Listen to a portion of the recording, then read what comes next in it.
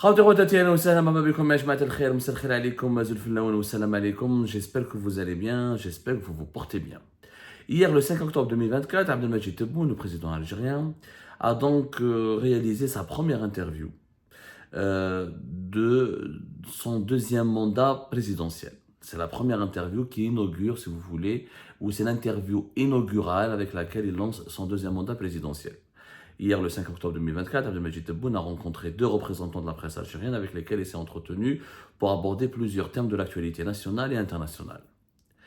Hier, le 5 octobre 2024, surtout Abdelmajid Tebboune a marqué une rupture totale dans le traitement dans l'attitude et dans la politique qu'il menait à l'égard de la France. Rappelez-vous, depuis son arrivée au pouvoir, Abdelmajid Tebboune, surtout après son hospitalisation en Allemagne, son retour de cette hospitalisation en février 2021, il avait un bon rapport avec la France, notamment avec Emmanuel Macron. Tebboune et Emmanuel Macron de 2021, 2022, 2023, en dépit des multiples crises franco-algériennes, mais Emmanuel Macron et Abdelmajid Tebboune ont toujours essayé de construire un rapport de confiance, d'amitié, de bienveillance de l'un à l'égard de l'autre. D'ailleurs, Abdelmajid Tebboune critique rarement Macron, et quand il critique la France, il parle de lobby anti-algérien, de nostalgie de l'Algérie française, de certains partis politiques de l'extrême droite, mais il ne cite pas Emmanuel Macron. D'ailleurs, hier, le 5 octobre 2024, il a toujours refusé de citer Macron, de critiquer Emmanuel Macron, de changer ou de s'en prendre à Emmanuel Macron. Sauf que, auparavant, il essayait en tout cas de nous faire croire ou d'expliquer à l'opinion publique algérienne qu'il, lui, en tant que président algérien, il essaie de construire d'un rapport égal à égal avec la France et d'arracher à la France des compromis importants et de reconstruire les relations algéro-françaises sur le principe de gagnant-gagnant et sur le principe que la France doit maintenant respecter l'Algérie en tant que partenaire à part entière, un partenaire qu'elle doit respecter, qu'elle doit consulter, avec lequel elle doit se concerter pour prendre certaines décisions sur des dossiers d'enjeux majeurs pour les deux pays, comme le dossier de la mémoire, le dossier de la mémoire et la gestion de la mémoire commune à l'Algérie et à la France à cause de la colonisation française en Algérie, ou les questions migratoires, ou certaines questions géopolitiques comme le Sahel, le Sahara occidental, la Libye et tout ce qui se passe dans le pourtour méditerranéen. Mais hier, Abdelmajid Tebboune a rompu avec cette tradition de bienveillance à l'égard de la France, avec sa politique de bienveillance, avec sa politique de main tendue à l'égard de la France. Elle a été extrêmement critique. D'ailleurs, il a annoncé officiellement la fin, l'annulation de son projet tant attendu, un projet qui était en cours de négociation avec Paris depuis 2022. C'est le projet de sa visite d'État à Paris et en France.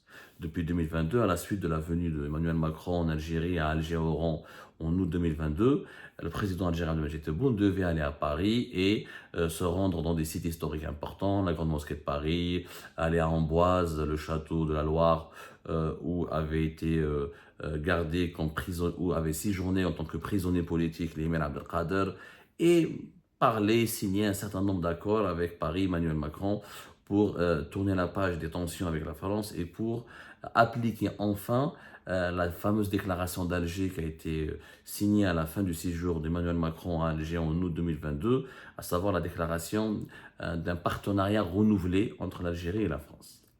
Tebboune n'ira pas en France. Et pour ne pas aller en France, il a expliqué les raisons, mais il a surtout utilisé une métaphore historique. Avant d'annoncer l'annulation de sa visite d'État en France, il a dénoncé l'emprise, la montée au pouvoir de l'extrême droite française, il a dénoncé les partis politiques, les mouvements politiques, les décideurs français qui veulent remettre en cause l'accord migratoire de décembre 1968 entre l'Algérie et la France. Il a demandé à ce que la France nettoie les sites nucléaires qui sont restés pollués à cause de la dizaine de sites nucléaires, de décès nucléaires qui ont été effectués par la France sur le territoire algérien. Il a demandé la vérité historique, il a parlé de génocide qui a été commis par la colonisation française en Algérie. Il a été extrêmement dur à l'égard de la France, alors qu'auparavant, il se contentait de certaines critiques visant l'extrême droite, ou les nostalgiques de l'Algérie française, ou les lobbies anti-algériens, mais il se montrait conciliant et bienveillant, encore une fois, à l'égard d'Emmanuel Macron, ou à l'égard d'autres formations politiques françaises. Ça n'a pas été le cas demain, et ça n'a pas été le cas hier, le 5 octobre 2024. Et pour clôturer son intervention sur la France, lorsqu'un journaliste lui a dit « Mais Monsieur le Président, est-ce que votre projet de visite d'État en France est maintenu ?» Il a dit « Nous n'irons pas à Canossa ». Et la majorité des Algériens et des Algériens n'ont pas compris ce que ça veut dire Canossa. D'ailleurs, la presse algérienne, jusqu'à aujourd'hui, j'ai vu les multiples articles, traitements qui a été accordé par la presse algérienne à cette interview présidentielle, n'ont pas expliqué ce que c'est que Canossa. Et beaucoup de nos compatriotes m'ont écrit, moi, aujourd'hui, pour me dire, Abdou, mais de quoi il parlait Abdelmajid Tebboune? Qu'est-ce que ça veut dire Canossa? Canossa Ejma, c'est une expression. C'est une expression politique, mais à la fois une expression historique. الناس ما يعرفوش بالك c'est quoi Canossa. Canossa, c'est une ville en Italie. Elle est située en Italie et elle est liée à une expression qui est devenue célèbre, qui a été prononcée par le grand réunificateur de l'Allemagne, le chancelier allemand Bismarck. C'est lui qui a, si vous voulez, réunifié l'Allemagne au XIXe siècle et qui a permis à l'Allemagne de redevenir un empire unifié, un royaume, un empire, une puissance unifiée, alors qu'elle était auparavant divisée en plusieurs régions, la Westphalie, la Rhénanie, la Bavière, la Prusse. On parlait de la Prusse avant, jusqu'à 1870, 1871, etc. Ensuite, il y avait l'Allemagne qui a été réunifiée, grâce notamment aux efforts de Bismarck, qui a recréé l'Allemagne, qui a permis à l'Allemagne de redevenir un pays uni. C'est lui qui avait prononcé cette fameuse phrase, « Je n'irai pas » ou la « Nous n'irons pas à Canossa ». Canossa, c'est quoi? Canossa, c'est une ville en Italie qui a été le théâtre d'un épisode historique extrêmement important dans l'histoire européenne. Et que le fait que Tebboune utilise cette phrase et cette métaphore historique, ça prouve que quand même Tebboune n'est pas vraiment un culte, il a un peu de culture historique, ce qui me rassure moi personnellement.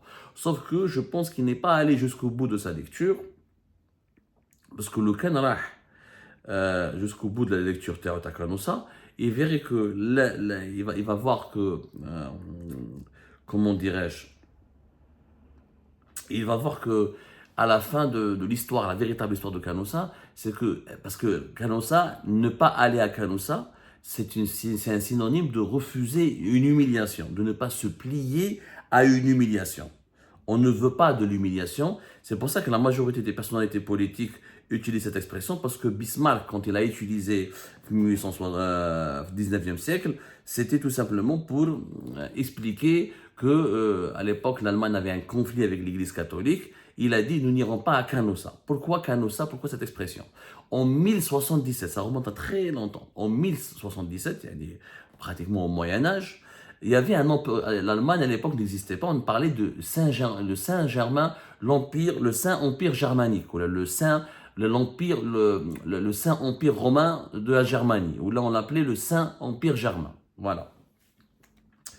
À l'époque, cet empire, il couvrait les territoires de l'Allemagne actuelle, de l'Autriche, de la Suisse, de tout le nord de l'Italie, d'une partie de l'Europe centrale et d'une partie de la France et de la Belgique actuelle et de la Hollande. C'était un empire qui a existé pendant plusieurs siècles en Europe occidentale et on l'appelait l'Empire de Saint-Germain, le Saint-Empire, qui est donc des Germains parce que c'était des tribus germaniques. Et en 1077, il y avait un roi à l'époque, il y a un pape à l'époque aussi, qui était en conflit. Le roi Alex, c'est le roi germanique Henri IV, et le pape à l'époque, c'était le pape Grégoire VII. Qu'est-ce qui s'est passé? À l'époque, il y avait une tradition. Il y avait une véritable tradition qui consistait à ce que les papes soient nommés par les rois, par les nobles. Par les nobles. Et à l'époque de l'Empire de Saint-Germain, ou l'Empire germanique, donc c'était les empereurs qui nommaient les papes. Le pape Grégoire VII, il a décidé de faire dissidence, yani de ne pas appliquer cette tradition. Il a voulu, au contraire, voilà, ça s'appelle le Saint-Empire romain germanique. Voilà, le plus exactement là. L'appellation officielle de cet État qui avait existé, il a existé jusqu'à 1806. Voilà, de 962 jusqu'à 1806. Je cherchais la véritable, parce que les historiens qui l'appellent l'Empire germain, le Saint-Empire germain, enfin c'est le Saint-Empire romain germanique. C'est la terminologie usuelle et historique qu'on pourrait utiliser pour désigner cet État. Le Saint-Empire romain germanique. Donc, l'empereur Henri IV, Grégoire VII, il a refusé son pouvoir. Le pape, il a dit, moi je suis le pape, je suis la voix de Dieu sur terre, je suis plus puissant qu'un roi parce que je représente le pouvoir de Dieu, etc. Il a décidé de ne pas subir, de ne pas dépendre et d'organiser l'Église catholique sans avoir à subir ou là à se mettre sous l'égide ou là à se soumettre à l'autorité de l'empereur. Il y a eu un gros problème, Binethom, et Henri IV, il a été ensuite excommunié par le pape Grégoire VII. Excommunié, ça veut dire à l'époque, les papes, ils avaient un pouvoir. Quand quelqu'un, ou là une figure, ou là une personnalité, ou là un groupe d'individus, ou là un simple individu s'opposait au pouvoir de la papeté, ou là au pouvoir du pape, ou là il dérangeait l'église, ou là il luttait, ou là il s'opposait à l'église, ou là à son pouvoir, et bien il était excommunié. Excommunié, ça veut dire que tu es exclu de toute la communauté. Tu es exclu de la société. La communauté des chrétiens catholiques ne doit plus traiter avec toi, ni te donner à manger, ni faire du commerce avec toi, ni te permettre de te marier, ni te permettre de t'intégrer à la société. Bon, à l'époque, Henri IV, il avait des problèmes dans son empire, le Saint-Empire romain germanique. Il y avait un problème ben Henri IV et les autres seigneurs, c'est-à-dire les autres nobles, qui n'acceptaient pas qu'il y avait des disputes qui se sont disputés avec lui sur certains privilèges, sur certains avantages. Il y avait une lutte de clans, comme on a en Algérie, la guerre des clans, fausse l'Empire à l'époque. Donc, les seigneurs allemands, ils ont profité de ce problème entre Henri IV et Grégoire VII pour se rebeller, pour reprendre leurs terres, leurs propriétés, pour contester pour contester le pouvoir de cet empereur et pour le changer, pour le dégager, lui faire un coup d'état en quelque sorte, et le remplacer par un nouveau roi. Qu'est-ce qu'il fait Henri IV pour sauver sa tête? Il trouve une solution, il imagine une idée. Il entend parler que Grégoire VII est en Italie, chez une dame qui est une noble, qui a un château à Canossa. Canossa, c'est une ville en Italie. Alors, il va se rendre en Italie pour demander pardon au pape. Il va jusqu'en Italie pour demander pardon au pape, pour que le pape, si le pape lui pardonne, il ne va plus jamais être excommunié. Et c'est comme ça qu'Henri IV va essayer de sauver son pouvoir impérial, puisque si le pape lui pardonne, les autres seigneurs allemands qui le contestaient, les églises, etc., ne pourront pas contester sa légitimité. Donc il va à Canossa, mais il reste 3 jours dehors, devant le château. Devant le château où se trouvait à l'époque le pape Grégoire VII. En restant à l'extérieur, il faisait froid, il était même pieds nus dans la neige. Les historiens racontent à l'époque qu'il était pieds nus dans la neige. Et il attendait donc devant ce château à ce que le pape Grégoire VII accepte de l'accueillir et de lui pardonner. Voilà. Le pape, au bout de 3 jours, il a dit ça se fait pas, voilà, ils sont venus le voir, il me dit voilà, monseigneur, c'est pas possible, c'est quand même l'empereur, il est dehors depuis 3 jours, pieds nus dans la neige, il est sincère. Chez les chrétiens, on parle de pénitence, c'est-à-dire quelqu'un il doit faire pénitence, il regrette ses actes, il est prêt à présenter ses excuses, à regretter, il peut subir un châtiment, etc. Il veut se faire pardonner sa faute. Donc Grégoire VII a été contraint de pardonner à Henri IV. Et c'est comme ça qu'Henri IV de l'Empire, de Saint-Empire germanique, et c'est comme ça qu'il a sauvé sa tête, il a sauvé sa couronne, en quelque sorte, il a sauvé son trône. Sauf que plus tard, et c'est pour ça qu'il faut lire l'histoire, Henri IV plus tard, il va se retourner contre le pape, il va pactiser, il va récupérer son pouvoir, il va refaire de nouvelles alliances, et c'est lui qui va faire un coup d'état à Grégoire VII et le remplacer par un autre pape, qui est beaucoup plus conciliant et qui accepte l'autorité de l'empereur au lieu de faire de rebelles, au lieu d'imposer lui-même son propre pouvoir au nom de Dieu. C'est ça l'histoire de Canossa. Donc Canossa a illustré en 1077 cette querelle entre un empereur et un pape.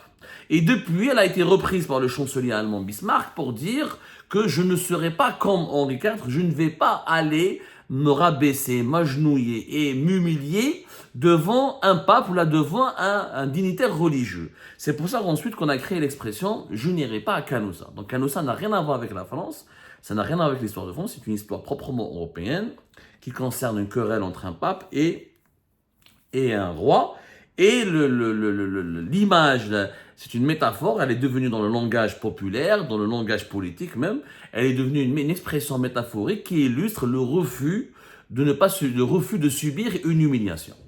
Donc à travers cette métaphore, Abdelmajid Tebboune il veut nous expliquer qu'il refuse d'aller à Paris Parce que s'il va à Paris dans le contexte politique actuel des relations algéro-françaises, il se sentira humilié ou il sera humilié par la France et lui, il refuse d'être le président algérien qui sera humilié par la France. Donc aujourd'hui, après avoir tissé de bonnes relations avec Emmanuel Macron, après avoir tenu des propos assez conciliants avec la France, après avoir tenté de construire un partenariat utile et renouvelé avec la France, après avoir ouvert, accueilli royalement Emmanuel Macron en août 2022 à Alger à Oran, et ben le régime Tebboune change totalement de position, d'attitude à l'égard de la France. Et aujourd'hui, le projet d'une visite de Tebboune à Paris, il est même vécu comme étant une posture d'humiliation, une posture dans laquelle Tebboune va se sentir humilié. C'est quand même un retournement de situation extraordinaire. Tout ça à cause de quoi? Pourquoi Tebboune se sent humilié d'un coup d'aller à Paris en France? Qu'est-ce qu'il n'a pas obtenu de la part de la France ou qu'est-ce que la France lui a fait pour qu'il se sente humilié? Est-ce que c'est à cause de la remontée d'extrême droite? Non. Est-ce que c'est à cause de la gestion des problèmes migratoires entre les deux pays? Non. Est-ce que c'est à cause de la remise en cause de l'accord migratoire de décembre 1968? Non. C'est à cause tout simplement du Maroc et le Sahara occidental. Et à cause du Maroc, et à cause du soutien français au plan d'autonomie marocain dans le Sahara occidental, et depuis que le 30 juillet 2024, Emmanuel Macron et la France, donc l'État français, a adressé par le biais de son président Emmanuel Macron une lettre officielle au roi du Maroc, Mohamed VI, dans laquelle la France reconnaît la souveraineté du Maroc sur le Sahara occidental, depuis ce jour-là, les relations franco-algériennes se sont totalement détériorées et nous sommes dans une phase critique parce qu'elles sont pratiquement gelées, puisqu'il n'y a plus d'ambassadeur algérien à Paris depuis cette date-là. Et on vous a bien appris, juste hier, on a fait une émission là-dessus, avant même l'interview d'Abdelmajid Tebboune, le 18 septembre dernier, Abdelmajid Tebboune a signé un décret qui met fin définitivement aux fonctions de celui qui était ambassadeur d'Algérie à Paris, Saïd Moussi. Il ne pourra plus jamais revenir. C'est-à-dire, celui qui avait occupé les fonctions d'ambassadeur d'Algérie à Paris depuis septembre 2022 n'est plus autorisé à revenir à Paris, ne pourra plus jamais revenir à Paris, puisqu'on a mis fin à sa carrière d'ambassadeur. Donc maintenant, l'Algérie doit trouver un nouvel ambassadeur qui doit demander ses accréditations auprès des autorités françaises pour qu'il puisse regagner son poste à Paris. Ça peut durer plusieurs mois, on l'a expliqué hier, c'est le même scénario qui a eu lieu en 2022, en mars 2022, fin mars 2022, avec l'Espagne où l'Algérie, elle a mis 20 mois pour nommer un nouvel ambassadeur à Madrid. Donc, Abdelmajid Tebboune considère, à travers sa métaphore de Canossa, et à travers les messages codés qu'il envoie à la France et aux dirigeants français à travers l'usage de cette métaphore de Canossa, qu'il se sent humilié, qu'il n'accepte pas d'être humilié, qu'il refuse d'être humilié en allant à Paris. Et qu'il soit devenu pour lui une humiliation d'aller à Paris parce que la France maintenant soutient la reconnaissance marocaine de ce territoire du Sahara occidental. D'ailleurs, il a abordé ce point, il a même accusé la France d'avoir elle-même inventé cette option du plan d'autonomie et c'est elle qui a soufflé cette idée aux autorités marocaines. Donc, parce que la France est complice du Maroc, elle est complice avec le Maroc, parce qu'elle est l'alliée du Maroc, parce qu'elle a choisi le camp du Maroc au détriment de l'Algérie dans le conflit du Sahara occidental, il serait donc humiliant pour le président algérien d'aller ou de se rendre à Paris. Et c'est là où la question maintenant se pose, et c'est là où un autre débat, on pourrait le lancer. Est-ce que le Sahara occidental devrait justifier un sentiment d'humiliation chez les dirigeants algériens? Est-ce qu'il est normal qu'à cause d'une position, la France n'a jamais caché son soutien d'ailleurs pour le plan d'autonomie marocain, à la seule différence qu'elle le considérait avant le 30 juillet 2024 comme l'une des bases de solution pour ce conflit, elle a fait comme l'Espagne, elle considère aujourd'hui que c'est la seule base possible pour régler ce conflit. Ou il a dit que c'est haram alayhum, il a dit haram à la France, et c'est pas bien ce que la France a fait en tant qu'un pays membre du Conseil de sécurité, elle n'aurait pas dû soutenir le plan d'autonomie marocain qui est contraire aux revendications de l'Algérie, à la position officielle de l'État algérien qui, lui, soutient l'indépendance du Sahara occidental à travers le mouvement du Polisario. Il y a plusieurs contradictions dans l'attitude de M. Tebboune, il y a une radicalité. Ce n'est pas très gentil. Ah, pardonnez-moi, c'est mon téléphone qui a parlé, c'est pas moi qui ai dit ça, vous êtes gentil. Je dirais qu'il y a une radicalité extrêmement inquiétante dans l'attitude de M. Tebboune. Plusieurs pays soutiennent le Maroc. Les États-Unis d'Amérique sont aussi membres du Conseil de sécurité de l'ONU. Ils ont reconnu carrément la souveraineté du Maroc sur le Sahara occidental. Est-ce que Abdelmajid Tebboune, quand il a serré la main à Joe Biden lors du sommet du G7 en juin 2024 en Italie, est-ce qu'il s'est senti humilié pour autant? Pourquoi l'Algérie ne rappelle pas donc son ambassadeur à Washington et ne remet pas en cause ses relations avec Washington et les États-Unis d'Amérique, puisque Washington et les États-Unis d'Amérique sont membres permanents du Conseil de sécurité de l'ONU, et les États-Unis d'Amérique, c'est la première puissance universelle, et c'est la première puissance mondiale qui a reconnu tout simplement la souveraineté marocaine sur le territoire du Sahara occidental, alors que l'ONU officiellement n'a pas encore tranché sur cette question, et elle classe le Sahara occidental comme un territoire sous décolonisation. Pourquoi cette radicalité à l'égard de la France, alors que contre les États-Unis d'Amérique, le régime algérien n'a absolument rien fait? Ça pose souvent des questions. J'ai l'impression, et on va en parler tout à l'heure dans une autre émission, parce que j'aimerais que vous puissiez digérer toutes les informations que nous vous évoquons, il y a un rapport maladif. Les dirigeants algériens pensent que la France leur doit, elle doit les consulter au niveau de sa politique étrangère, parce que la France a colonisé l'Algérie, donc elle doit traiter toujours favorablement l'Algérie, qu'elle doit accorder un traitement de faveur à l'Algérie, et que pour eux, les dirigeants algériens, la France est toujours le centre du monde. On a beau leur expliquer qu'il y a d'autres pays plus importants qui soutiennent le Maroc, non. Et on ne se dispute pas avec les autres pays, on se dispute avec la France. Il n'y a que la France qui compte pour eux, parce que la France, pour eux, c'est le centre de gravité. Il y a une dépendance affective, intellectuelle, culturelle et politique. Si la France ne soutient pas le régime algérien ne se sentira pas bien. Si elle pratique à son égard une politique très hostile, eh ben, il sera déstabilisé, il ne se sentira pas très bien. Si la France n'accorde pas de l'intérêt à l'Algérie, le régime algérien ne se sentira pas très bien. En fait, on a besoin de savoir et de sentir que la France, elle est à nos côtés. Si la France n'est pas à nos côtés, un dirigeant algérien ne peut pas bien dormir. Et cette obsession autour de la France, elle s'explique par des complexes historiques, mais aussi par des nécessités politiques. Le régime algérien sait très bien que son premier protecteur, la grande puissance, la seule grande puissance qui a intérêt à ce que le régime algérien ne chute pas, et que l'Algérie ne soit pas instable, et que l'Algérie ne soit pas dans une posture d'insécurité ou ne subissent pas une crise d'instabilité ou une crise d'insécurité, c'est la France. Comme la France aura un impact migratoire direct et qu'il y a une grande communauté algérienne sur le territoire français, la France se sent aussi impliquée dans le jeu politique interne de l'Algérie. En fait, cette relation, on a l'impression que la relation entre la France et l'Algérie sont incestueuses.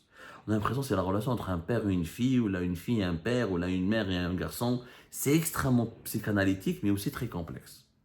Et je pense que là, Tebboune a démontré encore une fois qu'il y a, que le monde, pour le régime algérien, le centre du monde, c'est Paris.